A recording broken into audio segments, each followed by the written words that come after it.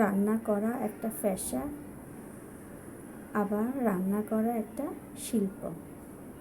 যদি একটা দিন রান্না না করে অন্য কাজে ব্যস্ত থাকা যায়, আর তা যদি হয় সাংসারিক, তাহলে আর কোনো কথাই হয় না।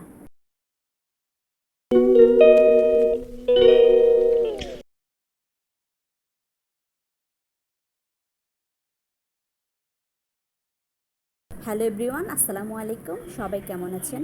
আমিও আল্লাহ রহমতে ভালো আছি। চলে আসলাম আরেকটি ব্লগ নিয়ে। আশা করি পুরো ভিডিও কন্টিনিউ করবেন। শুরুতে একটি লাইক চেয়ে নিচ্ছি, লাইক দিয়ে শুরু করুন আজকের ভিডিওটি। প্রতিদিনের মতো ক্যামেরার অফ সাইডে রুটিগুলি বানিয়ে রেখেছি। এখন সুন্দর করে তাওয়ায় ছেঁকে নিচ্ছি।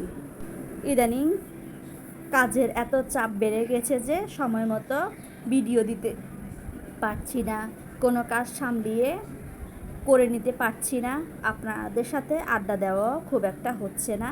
আসলে সংসারে বিভিন্ন রকম ঝামেলা বা কাজ তো থেকেই থাকে, তার ভিতরে দুটো বাচ্চা সামলিয়ে সব কিছু করাটা আমার জন্য কঠিন হয়ে পড়ছে।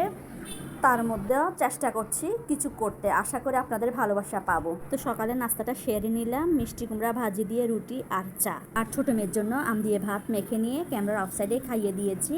এই যে দেখুন, এটা অনলাইন থেকে কিনেছি, দেখুন কেমন হয়েছে। মেহমান আসছিল তাই বিছিয়েছিলাম, দেখুন কতটা সুন্দর হয়েছে। এখন এটা তুলে রাখবো। মেহমান আসলে আমি এগুলো বিছিয়ে রাখি, মেহমান চলে গেলে আমি সব তুলে রাখি। আর কাছে জিনিসগুলো সামলিয়ে নিলাম, আর যেগুলো রয়েছে সেগুলো সামাল দিয়ে নিলাম। এই যে উপরের প্লাস্টিকটা দেখুন কতটা সুন্দর, এর মধ্যে তুলে নিয়েছি। তারপর টেবিলটা সুন্দর করে পরিষ্কার করে আরেকটা রাবার ক্লথ বসিয়ে দিচ্ছি।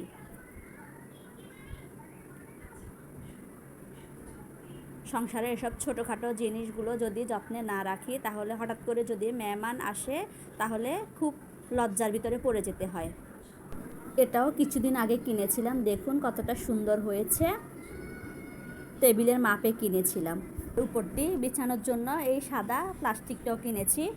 বাসা রান্না করার জন্য পেঁয়াজ ছিল না, স্কুল থেকে ফেরার পথে মেয়ের জন্য নুডলস নিয়েছি।